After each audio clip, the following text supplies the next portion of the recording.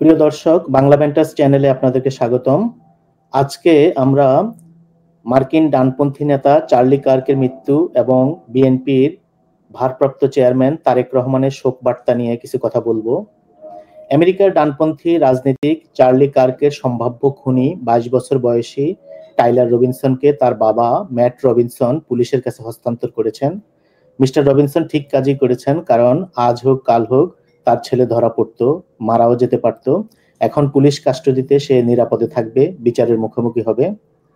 তবে ট্রাম্প প্রশাসনের সাথে খাতির বাড়ানোর জন্য বিএনপির তারেক রহমান আমেরিকার ডানপন্থী নেতা চার্লি কার্কের আততায়ীর হাতে নিহত হওয়াতে দুঃখ প্রকাশ করে টুইট করেছেন। আমি টুইটটি পড়ে শোনাচ্ছি। ইউটাতে চার্লি কার্ক 11 এর মৃত্যুর মর্মান্তিক ঘটনা বিশ্বজুড়ে প্রতিধ্বনিত হয়েছে, কারণ গণতান্ত্রিক সমাজে রাজনৈতিক বিশ্বাস এবং সক্রিয়তার জন্য কারো সহিংসতার মুখোমুখি হওয়া উচিত নয়। কোনো ব্যক্তির ধর্ম, মতাদর্শ, দৃষ্টিভঙ্গি যাই হোক না কেন, কারো জীবন এই ঘৃণ্য উপায়ে শেষ করা উচিত নয়। আমি এই হামলার তীব্র নিন্দা জানাই এবং পরিবার ও প্রিয়জনদের জন্য আমার চিন্তা ভাবনা ও প্রার্থনা জানাই।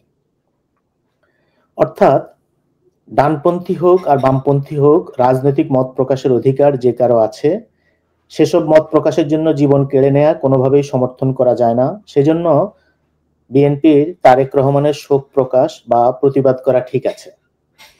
অপরদিকে চার্লি কার্ক প্রচন্ডভাবে একজন প্রো ইসরায়েলি ছিলেন, ফলে গাজায় জেনোসাইডের সমর্থক এবং তার মৃত্যুতে মুসলিম দেশের নেতা হিসেবে শোক প্রকাশ করা পাবলিক সেন্টিমেন্টের বিরুদ্ধে যায়।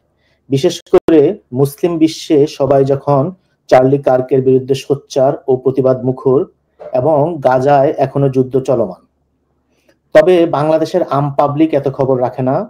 তারেক রহমান ছাড়া অন্য কোনো নেতা চার্লি কার্ক সম্পর্কে জানে বলেও মনে হয় না। ফলে রাজনৈতিক দিক থেকে বিএনপির জন্য কম পয়সার মধ্যে এতে ভালো লাভ হয়েছে। সেজন্য আমার মনে হয় তারেক রহমানের প্রতিবাদ ঠিক আছে। বাংলাদেশে বর্তমানে ডানপন্থী রাজনীতির উত্থান ঘটেছে। বিএনপি নিজেও একটা মধ্য ডানপন্থী দল। দুনিয়ার অন্য ডানপন্থীর মৃত্যুতে প্রতিবাদ সেজন্য ঠিক আছে।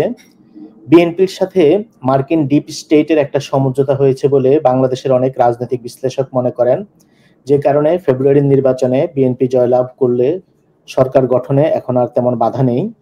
তাছাড়া বাংলাদেশের বর্তমান পরিস্থিতিতে ট্রাম্প প্রশাসন, ট্রাম্পের গুড বুকে থাকা বিএনপি বা তারেক রহমানের জন্য খুব দরকারি।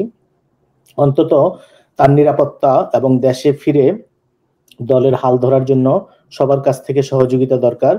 সেই জন্য বাংলাদেশের সম্পূর্ণ অপরিচিত মার্কিন ডানপন্থী এক নেতার মৃত্যুতে বাংলাদেশের অন্য কোনো নেতা শোক প্রকাশ না করলেও বিএনপির ভারপ্রাপ্ত চেয়ারম্যান তারেক রহমান সেটা করেছেন।